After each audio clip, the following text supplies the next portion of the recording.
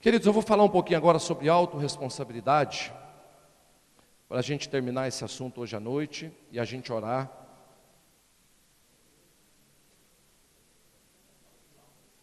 Ezequiel capítulo 18, versículo 20, abra sua Bíblia, por favor.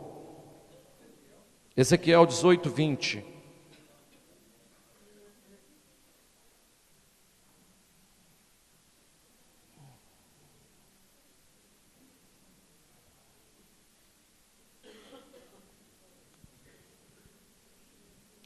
Ezequiel capítulo 18, versículo 20.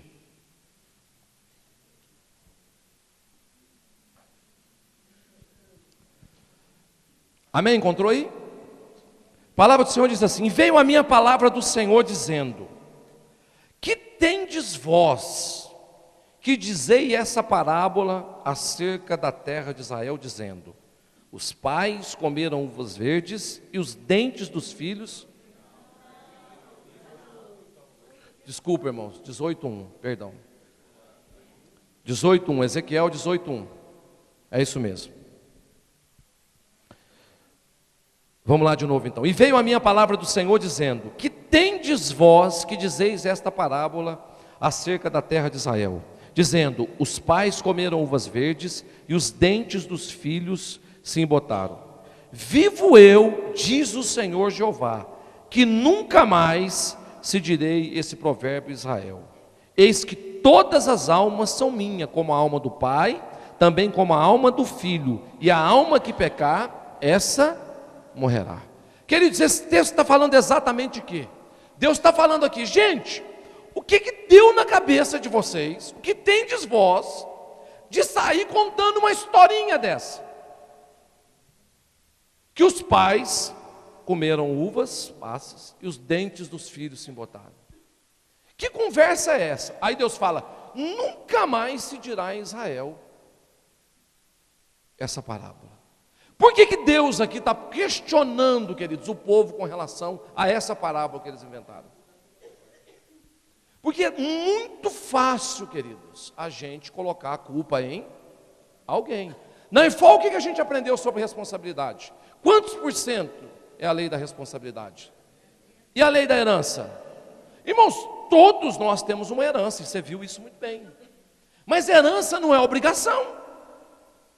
Deus nos chamou, irmãos, justamente para fazer diferente dentro da herança que a gente recebeu. Por isso que existe o evangelho, irmãos. Por isso que existe o cristianismo.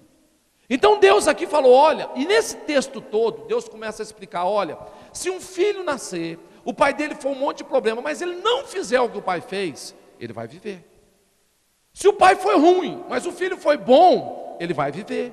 Se o pai for bom e o filho for ruim, ele vai morrer.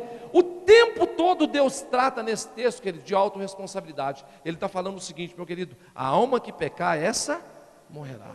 Deus está dizendo aqui, olha, meu querido, a responsabilidade pela sua vida, ela é totalmente sua. Queridos, existem centenas de pessoas que reclamam que nunca tiveram oportunidade na vida. Mas você já pensou em criar suas próprias oportunidades? Tem uma frase que fala, que diz assim: enquanto alguns choram porque não têm oportunidade na vida, outros vendem lenço para aqueles que choram. Queridos, na falta de oportunidade, o cara encontrou uma oportunidade.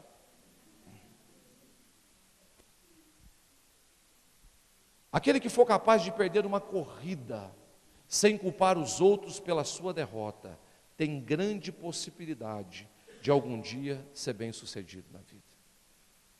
Deus, queridos, Ele vai tirar as nossas amuletas. Deus vai tirar as pessoas em quem a gente se escorou a vida toda. Porque foram essas pessoas, queridos, que nos tornaram quem nós somos. Nós precisamos acordar para essa realidade, queridos. Autorresponsabilidade é uma palavra que pode mudar a nossa vida. É a chave para uma vida de realizações e conquistas no reino de Deus. Toda pessoa autorresponsável, ele vai ser um líder eficiente, um homem de Deus, uma mulher de Deus, uma pessoa cheia do Espírito Santo. Uma pessoa que não tem autorresponsabilidade, queridos, ela vai ser uma fraude no reino de Deus, um hipócrita, porque ele vai viver a vida inteira culpando os outros pela história dele. E é duro quando a gente começa a pensar sobre autorresponsabilidade, queridos, porque Deus nos questiona com relação à nossa vida. Como é que está a sua vida, a sua família? Você está totalmente satisfeito com a vida que você leva hoje? Você está totalmente satisfeito em todas as áreas da sua vida? Você é uma pessoa feliz, realizada, completa na sua vida? Ou te falta alguma coisa? Ou tem coisas que você gostaria de ser totalmente diferente, mas você não é? Como vai ser o seu futuro se você continuar vivendo como você está hoje? Irmãos, tem gente que tem medo do futuro. Então você não olha no espelho, porque o seu futuro é você. O seu futuro é exatamente o que você está semeando hoje. A sua história, queridos, você está escrevendo ela hoje. Da sua vida aqui a 1 ano, 2 anos, 3 anos, 5 anos, 10 anos. Queridos, quantas pessoas, por conta de um pecado oculto, constroem uma vida inteira de mentira? Eu conheço um homem que a gente atendeu esse cara. Esse cara foi o seguinte, queridos. Ele um dia saiu de casa para jogar bola. Quando ele não teve o futebol, ele falou, vou fazer uma surpresa para minha esposa. Vou mais cedo para casa. Quando ele chegou, irmãos, ele entrou pela porta do fundo, pela porta da cozinha, para fazer uma surpresa caprichada. Quem teve uma surpresa foi ele. Pegou a mulher dele com outro cara em cima da mesa da cozinha, irmãos. Pensa que surpresa. Que bolo de aniversário, né? E aí, irmãos, ela engravidou daquele adultério. Na tentativa de salvar o casamento, ele registrou aquele menino no nome dele. Irmãos, não teve jeito. Chegou e veio para cá para a gente lidar com essa situação.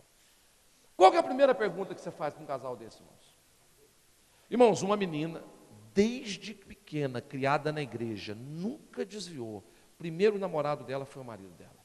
Essa história não está estranha?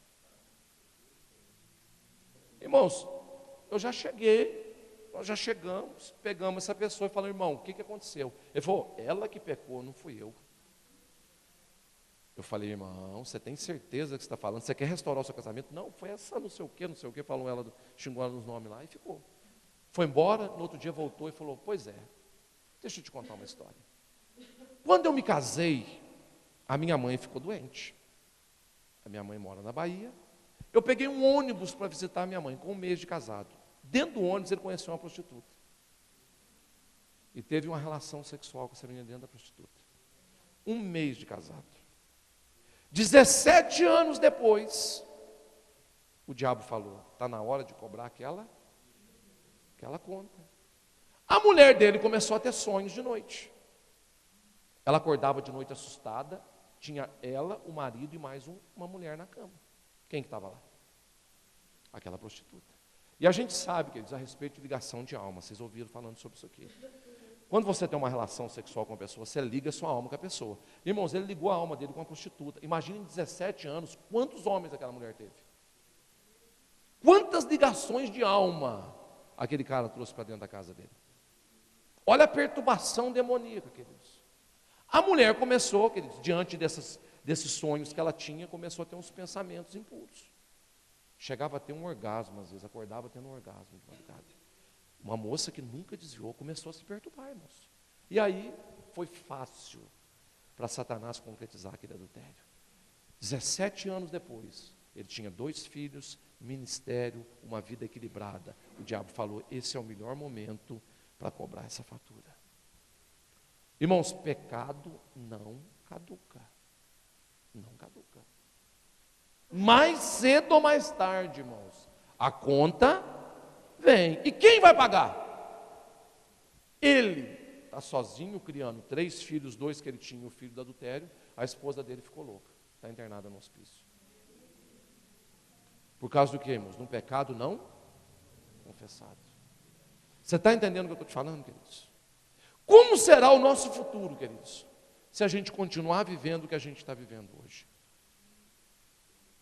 Queridos, nós precisamos fazer uma mudança e uma reforma radical na nossa vida. Porque a hora que a gente acordar, queridos, a vaca já foi para o brejo. Todo o processo de mudança na vida de uma pessoa, ele tem 3 ingredientes importantes. O primeiro, identificar com clareza e verdade o estado atual, ou seja, onde e como a pessoa se encontra. Queridos, essa é a maior libertação na vida de uma pessoa. Você saber quem realmente você é. Aonde você está na história da sua vida. Queridos, se tem coisas na sua vida que as pessoas não podem saber, irmãos, procure alguém e resolva isso em nome de Jesus. Procure alguém. E o diabo, irmãos, ele não é bobo. Normalmente ele não vai atacar a pessoa que pecou, principalmente quando é um pai ou uma mãe que é responsável por uma casa. Sempre ele vai pegar uma terceira pessoa, queridos, para não chamar a atenção. A hora que você acordar, o estrago já está feito. A gente precisa parar. E queridos, eu não estou falando isso aqui só em área espiritual, não, irmãos. Eu estou falando em todas as áreas da sua vida. Você consegue enxergar? Quantos pararam de estudar, pararam de crescer? Quantos pararam de investir nele? Quantos desistiram, irmãos, de investir no corpo, na saúde? Quantas pessoas não conseguem mais, irmãos, fazer uma academia? Ah, rapaz, meu colesterol está alto e não sei o quê. E a pessoa, queridos, ela sabe do problema, mas ela não toma uma atitude em relação àquilo ali, queridos. E aí fala assim, não, eu vou orar para Deus me ajudar. Ajudar o quê? Vai vir um anjo que vai malhar para você? Não, eu vim porque chegou a hora da academia, eu tenho que te levar. Qual que é o seu estado atual hoje? Seus filhos, queridos. Você está ganhando ou perdendo os seus filhos? Queridos, talvez alguns de nós vamos ter que chegar em casa, queridos, e procurar os nossos filhos e pedir perdão. Eu me lembro uma vez, queridos, porque olha, a gente é cismado em ser perfeito, porque nós não somos perfeitos e nós como pais falhamos mesmo. E eu já fui filho, todo mundo que está aqui já foi filho. Então, queridos, para mim como filho, o meu maior problema com meu pai não foi, de maneira nenhuma, o que ele fez de errado comigo. Mas ele nunca parou para me pedir perdão. Esse foi o meu maior problema, ele nunca reconheceu que errou comigo. Eu tenho 2 filhos, e a minha esposa, irmãos, ela é de Salvador, da Bahia, e a minha sogra vem pouco na minha casa. Até porque é muito longe, ela tem um medo terrível de andar de avião. E toda vez que ela está para vir, eu falo para ela, ô sogra, você viu aquele avião que caiu lá e tal? E eu não sei porque que ela desiste. Aí ela não vem. Então a minha esposa sempre vai visitar ela. E a minha esposa foi numa dessas viagens visitar a minha sogra, irmãos, 15 dias visitando a minha sogra. E eu já estava, né, irmãos, estressado dentro de casa, daquele jeito. Criança, ministério, trabalho. E cheguei em casa um dia, irmãos, e falei, rapaz, eu estou morto de cansado, eu vou dormir a noite inteira. Sabe quando você está pregado? Botei os meninos lá no banheiro, falei, filho, vai escovar o dente, daqui a pouco eu ouço um grito no banheiro. Fui correndo, veio o mais novo, falou, pai, o Israel me deu um tapa na cabeça. Eu não quis nem saber, eu peguei o Israel, dei um tapa nele, falei, você tem que cuidar do seu irmão. O Israel olhou para mim, começou a chorar, falou, pai, eu não tive culpa, foi um acidente. Eu falei, não foi não, você não cuida do seu irmão. Você não pode fazer isso com ele. Ele falou, pai, eu não tive culpa. Deitei ele na cama, os dois, e o Israel deitou chorando e falou, pai, eu não tive culpa. E aí, irmãos, fui dormir, morto de cansado. O olho fechava e a cabeça não fechava. E eu não conseguia dormir, irmãos. Não conseguia. Eu falei, meu Deus, o que está acontecendo comigo? Falei, eu vou tomar um remédio. Eu tenho uns remédios que eu dou para os meninos quando eles estão meio apavorados ali na casa de recuperação. Falei, eu vou tomar um desses. Tomei um, irmãos. Nada de dormir. Eu glogue e não dormi. Eu falei, meu Deus do céu, o que está acontecendo? Falei, Deus, o senhor quer falar comigo?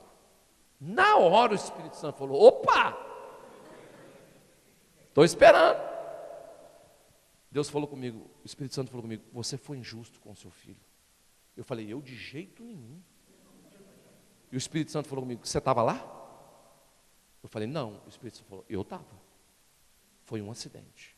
Você vai levantar e vai pedir perdão para ele. Eu falei, não vou. Amanhã eu vou, mas hoje eu não vou. Ele falou, tá bom, só que você não vai dormir.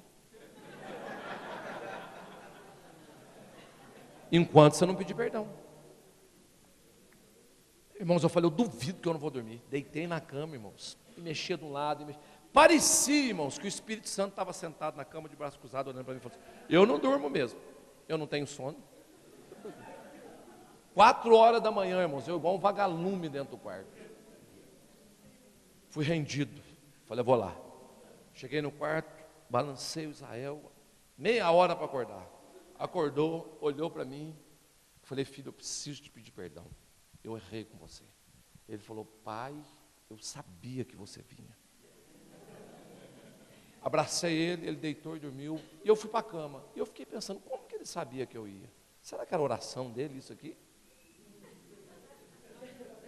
Queridos, nunca mais o Israel tocou nesse assunto. Sabe por quê? Porque eu fui lá pedir perdão para ele. Porque eu fui lá reconhecer que eu estava. Isso é autorresponsabilidade. Autorresponsabilidade não faz de você um cara perfeito. Não faz de você uma pessoa que não erra, mas faz de você uma pessoa que sabe lidar com os seus erros e sabe restituir a quem é de direito quando você errou. Queridos, quantas coisas a gente precisa restituir na nossa vida? Esposa, família, filhos. Meu sogro, queridos. Um dia Deus chegou para mim e falou assim, rapaz, eu quero que você abençoe o seu sogro. Eu falei, meu sogro não. Ele falou, seu sogro. Irmãos, e Deus falou comigo, meu sogro estava construindo uma casa, né? E Deus falou comigo, a próxima oferta que você ganhar, você vai dar para o seu sogro. Eu falei, tá bom, eu ia para uma igreja muito pequenininha mesmo, eu falei, tá.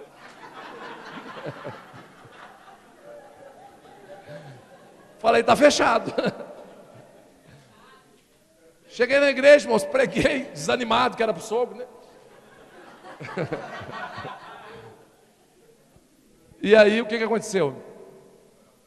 No final do culto, irmão, chega um pastor, falou, irmão, a gente queria te abençoar, e tal, e tal, e tal. O irmão não se incomoda não, uma ofertinha simples e tal. Eu falei, não tem problema, não pensei, não é para o meu sogro mesmo. Tá... Irmãos, quando ele me deu o envelope, eu já estranhei, que estava gordo. Eu falei, deve ser nota de R$2, com certeza. Cheguei em casa, irmãos, quando eu abri aquilo ali, irmãos, sem brincadeira, tinha quase R$4.000. Eu falei, Deus, o senhor está de brincadeira comigo. Eu nunca tinha ganhado uma oferta dessa na minha vida, irmãos. Foi só do meu sogro. Aí eu tentei negociar, eu falei, Deus, vamos deixar a próxima igreja. Deus falou, essa. E aí peguei minha esposa e falei, amor, você vai lá na casa do seu pai e você vai entregar essa oferta para ele. E aí ela foi, queridos, reuniu os irmãos dela. Todos os irmãos da minha esposa são empresários. Meu sogro estava fazendo uma casa já há 3 anos e não conseguia. Nenhum filho dele ajudava ele. E a minha esposa reuniu os irmãos todos e fez um ato profético e falou, olha, a gente veio te honrar, trazer essa oferta para você. Irmãos, veio um quebrantamento naquele lugar. Veio um quebrantamento. Ali houve uma reconciliação tremenda na casa da minha esposa. Naquele dia, os filhos dele pediram perdão, falaram, nós vamos construir a sua casa. Uma semana depois, a casa dele estava construída. Aí eu fui na minha casa, fiz a mesma coisa com meu pai, com minha família também, honrei meu pai, honrei minha mãe. E Deus depois nos deu uma palavra, falou, olha, eu tinha uma bênção para liberar para a sua vida, que estava dependendo a sua herança estava nessa situação na sua vida. Queridos, Deus nunca vai nos enviar para lugar nenhum, enquanto a gente não voltar para a nossa casa. Muitos de nós que estamos aqui, queridos, saímos de casa há muito tempo. Você não saiu de corpo, mas você saiu no seu coração. E nós precisamos voltar para casa.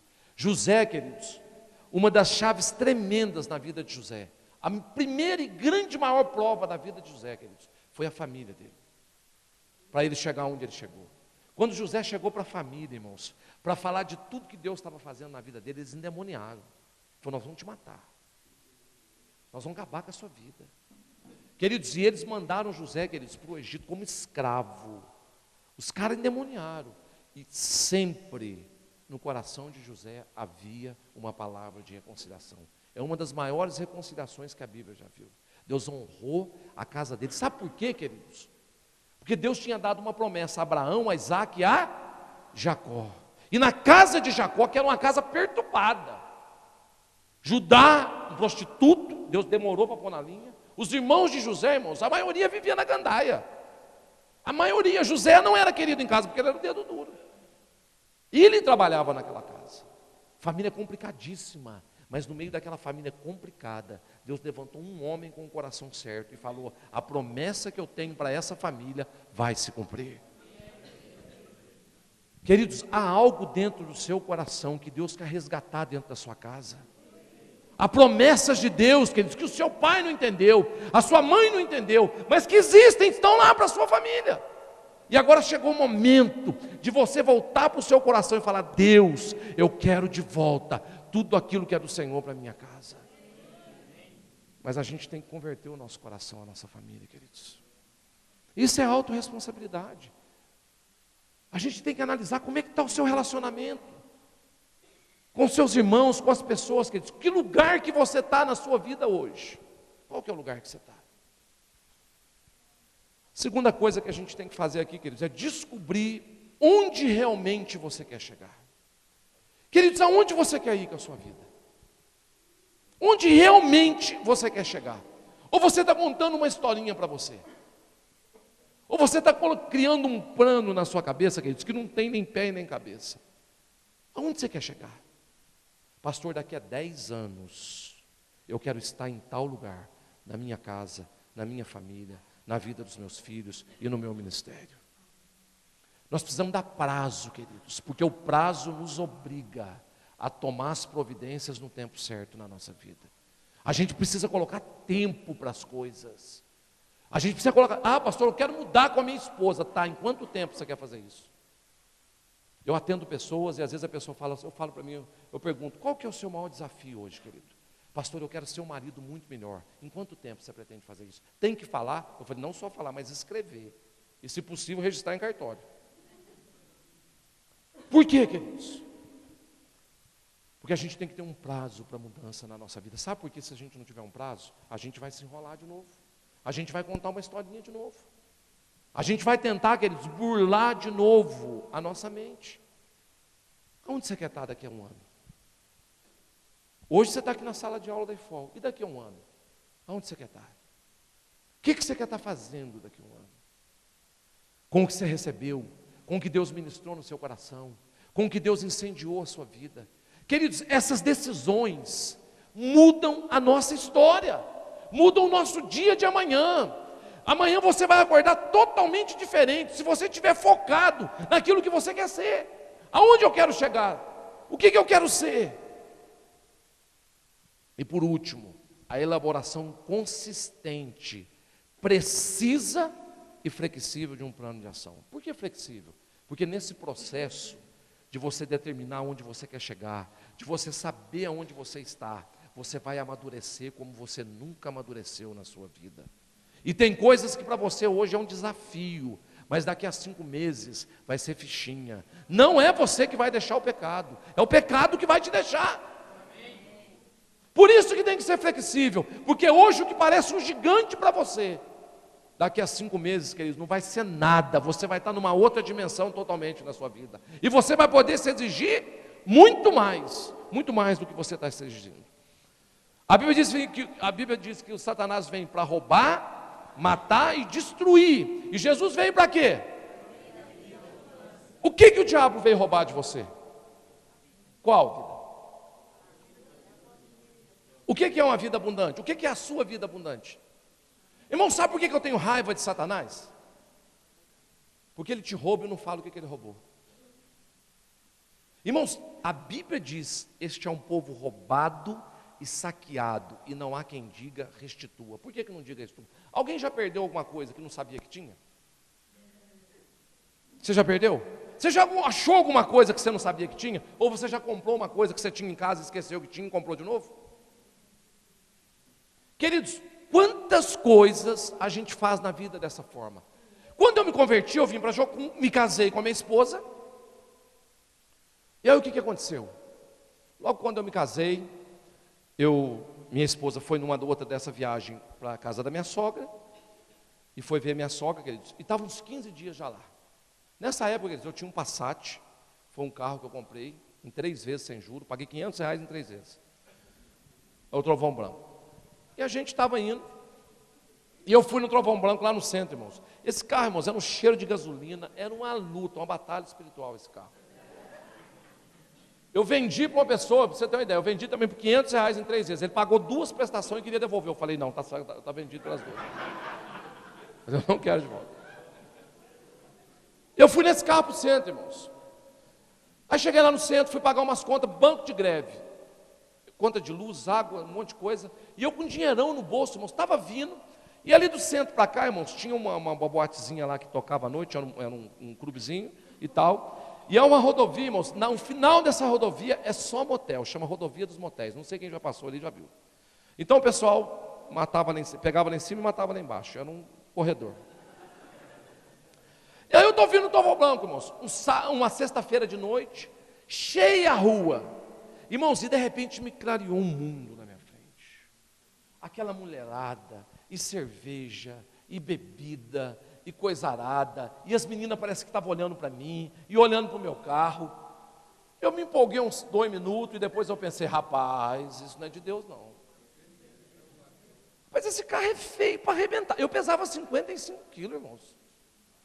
Eu era magro, feio. Eu não melhorei muito, mas melhorei um pouquinho.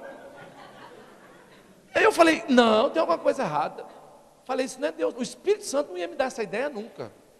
E aí conversei com o capeta. Eu falei, você dá licença um minuto que eu vou conversar com Deus. Eu falei, Senhor, esse cara safado que está me dando essa ideia aqui, eu quero saber o que vai acontecer se eu tomar essa decisão. Ele falou, Maurício, primeiro, você vai perder a sua esposa. Ela vai largar de você. Porque esse cara é dedo duro. Ele fala que não fala para ninguém. A primeira coisa que ele vai fazer é contar para todo mundo. Pensa num cara safado. Eu falei, também acho. Também acho. Segundo, você vai perder a sua credibilidade.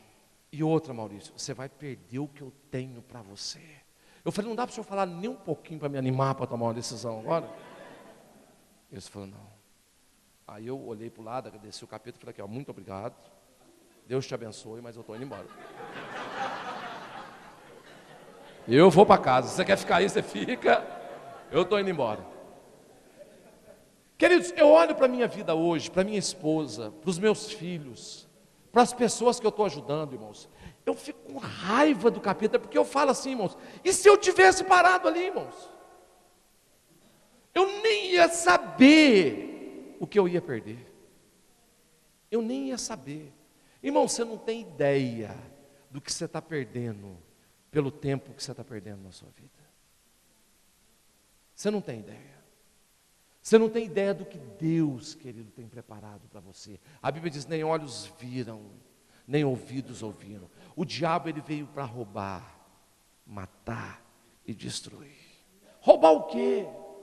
Aquilo que só Deus sabe, aquilo que só Deus tem. O melhor de Deus para a sua vida, queridos, ainda está por vir. E às vezes a gente fica intertido com um pecadinho a vida toda. Irmãos, quando eu entro no meu carro, quando eu chego em casa e eu vejo a minha esposa sorrindo para mim, os meus filhos me abraçando, eu falo, rapaz, e se eu tivesse parado naquela danceteria? Eu nem talvez conheceria os meus filhos, queridos, porque eu teria tomado uma decisão ali. Irmãos, antes de você tomar uma decisão na sua vida, pergunte para o Espírito Santo qual vai ser a consequência daquela decisão. Escolhas têm consequências. E muitas vezes a gente não tem ideia do que está por trás de uma decisão. Irmãos, o diabo é o pai do quê? Engano. Ele te engana. Se ele te oferecer 1.000, pode saber que você está perdendo 1.000.000, queridos. O diabo te oferece o que ele não tem. Ele chegou para Jesus e falou, olha, se você prostrar e me adorar, eu vou te dar a glória desse mundo. Jesus riu da cara dele e falou, que glória que você tem? Como é que você vai me dar um negócio que não é seu, cara? Acorda! Você está entendendo, irmãos? O diabo falou, rapaz, eu quero negociar com você o que é seu, você vai me adorar. Irmãos, quantos estão mordendo essa isca? A Bíblia diz assim, que aquele que entra precipitadamente em uma herança, ela se tornará o quê? Maldita. Você sabia que você está amaldiçoando coisa na sua vida porque você não sabe esperar? Porque você é viciado em ansiedade? Que você está pegando antes da hora? É seu. É seu. Eu lembro uma vez de um casal, irmãos. Quando eu liderava a ETED, o pessoal chegava para a ETED, a primeira semana a pessoa escrevia uma carta para Deus. E aí chegou um cara, irmãos, ele escreveu uma carta para Deus, mas a gente que lia. Eu nunca vi isso na minha vida, mas tudo bem. Aí ele escreveu na carta dele, eu nunca ganhei um presente na minha vida, o meu maior sonho era ganhar um presente. Irmãos, eu fui orar, eu peguei aquela carta, eu fiquei triste, falei, Deus, eu compro um presente, dou para ele, o que eu faço? Um ato profético, falo que foi o senhor que mandou, como é que faz? Deus falou, não, deixa correr. E fomos correndo, irmãos, na ETED. E na ETED não pode namorar, irmãos. Por que não pode namorar? Porque a pessoa quando está namorando, irmãos, ela não tem cabeça para mais nada. Nem para Jesus. Tudo que ela vê, irmãos, é coraçãozinho na cabeça dela, é paixão. Só lê cantares, essas coisas aí. Não concentra para fazer uma escola. Como é que vai ler livro? Namorando, não tem jeito. Então na ETED não pode. Fala, irmão, namora depois. E esse cara, irmãos, no final da ETED dele, conheceu uma moça.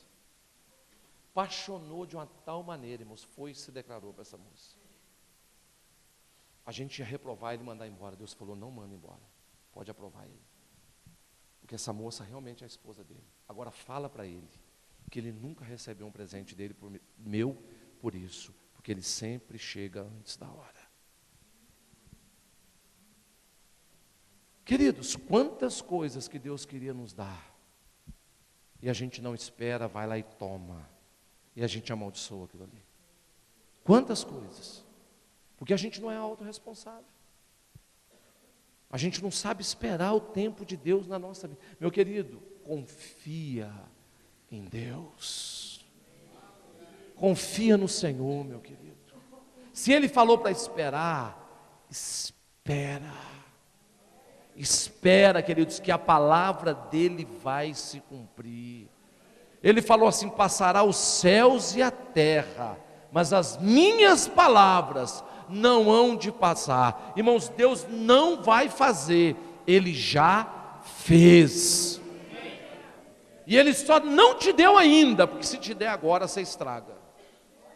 Então não fique gastando tempo correndo atrás de coisas. Corra atrás de Deus, fala, Senhor, eu quero crescer, me amadurece, me prepara para o melhor do Senhor, eu quero estar pronto, Jesus.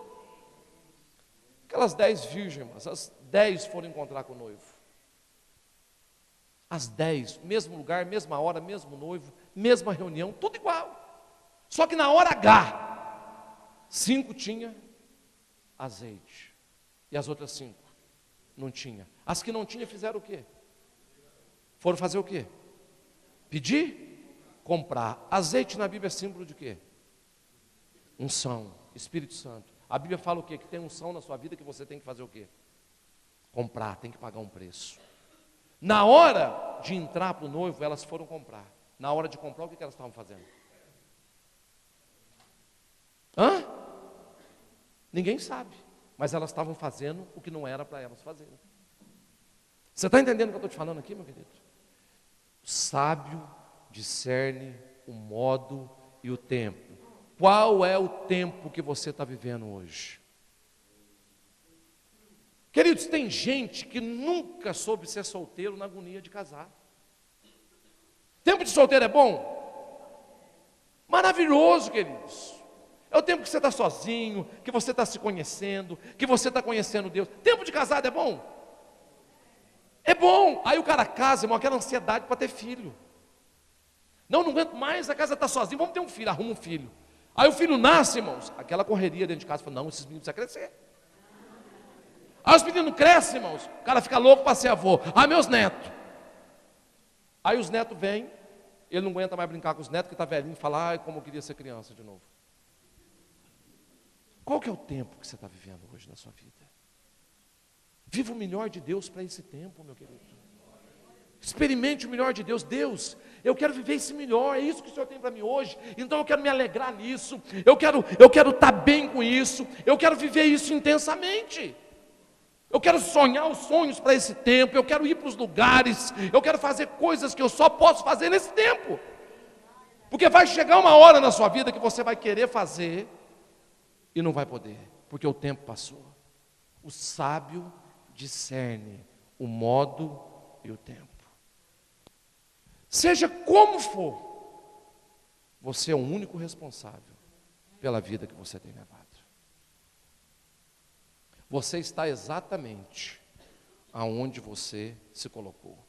Olha para o seu irmão assim, do lado assim, e fala para ele, não fala rindo muito não, para ele não ficar bravo. Fala assim, irmão, está tudo bem, está tudo certo. Você tem a vida que você merece. Se você está gordo, se você está magro, se você tem saúde, se você não tem saúde, irmãos, está tudo bem. Você tem a vida que você merece. Você está reclamando de quê? Do que nós estamos reclamando, irmãos? Por que a gente chora, por que a gente grita, por que a gente esperneia? É a vida que você construiu.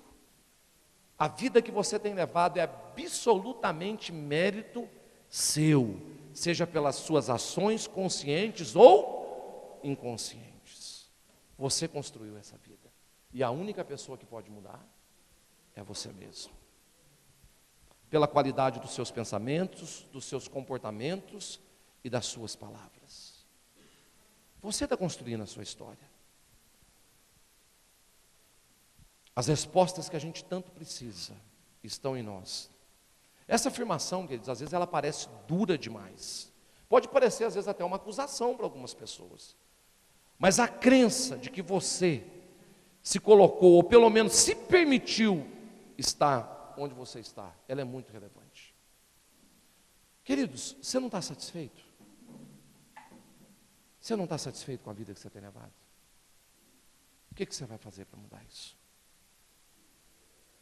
Como é que você vai reescrever a sua história depois dessa escola que você fez aqui? Como é que vai ser os seus dias a partir de hoje? Como é que vai ser os seus dons, os seus ministérios? Como é que vai ser a sua vida?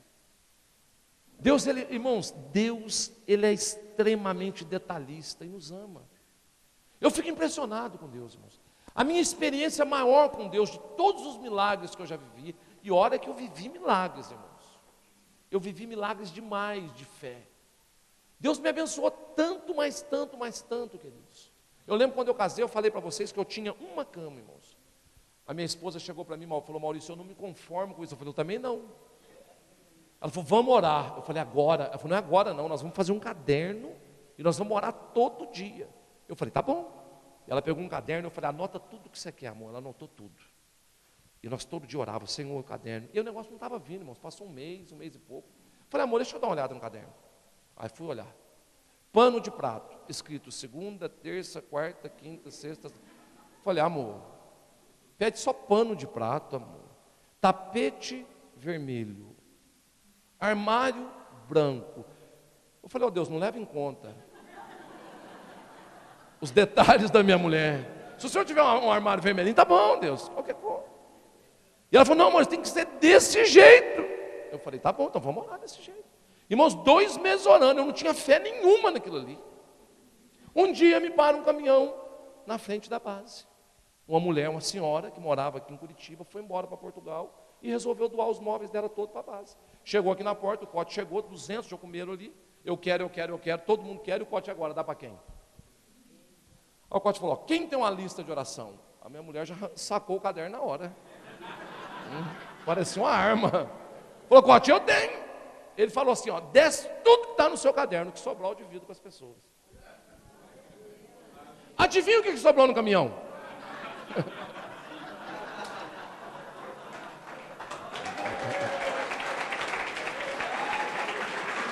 O interessante, irmãos, o interessante foi o plano de prato.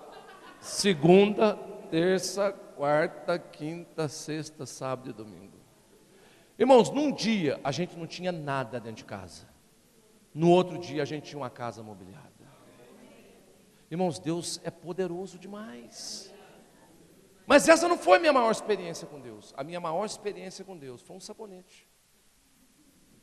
Eu fiquei 3 dias sem tomar banho, com sabonete. Acabou o sabonete, eu fui tomar banho.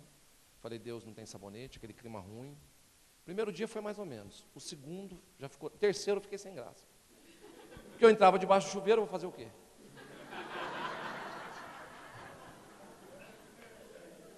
Uma semana eu apelei. Falei: Deus, o senhor não toma banho, o senhor não está me entendendo, o senhor não sabe o que eu estou vivendo.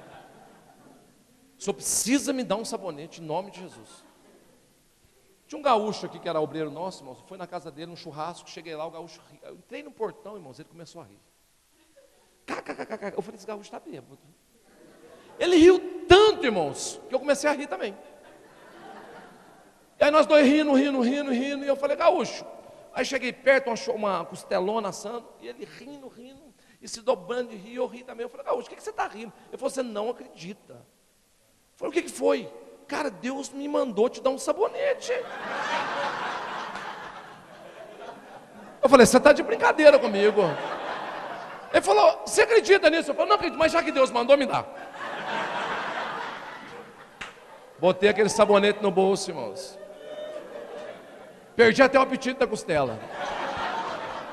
Vim para casa, 40 dias e meio, tomando banho com aquele sabonete, chorando e falando, Deus, o Senhor me ama demais. O Senhor me deu um sabonete, Deus. Como é que o Senhor sabia que eu estava precisando de um sabonete? Irmãos, eu apaixonei com Deus aquele dia. Toda vez que eu vivi um desafio de fé na minha vida, Deus me lembrava do sabonete. Deus falou, Maurício, o mesmo Deus que dá um sabonete, dá vida. O mesmo Deus que dá um sabonete, dá um carro. O mesmo Deus que dá um sabonete, faz isso. Queridos, todas as vezes que eu estou diante de um desafio, eu me lembro daquele sabonete. Sabe por quê? Porque Deus ama cada detalhe da nossa vida. E você acha, queridos, que Deus não está preocupado com a sua dor? Você acha que Deus não está preocupado com o que está no seu coração? Queridos, o problema de Deus não é nos curar. Não é, nunca foi. A pergunta de Deus é, para que você quer ser curado? Essa é a grande pergunta. Se você conseguir responder essa pergunta para Deus, você é curado instantaneamente. Instantaneamente. E nessa noite, queridos, o que Deus está nos perguntando é isso. Para que você quer a sua cura? Você quer para se sentir melhor? Para falar para as pessoas que Deus te curou? Para que você quer a sua cura? Curva sua cabeça por um momento agora.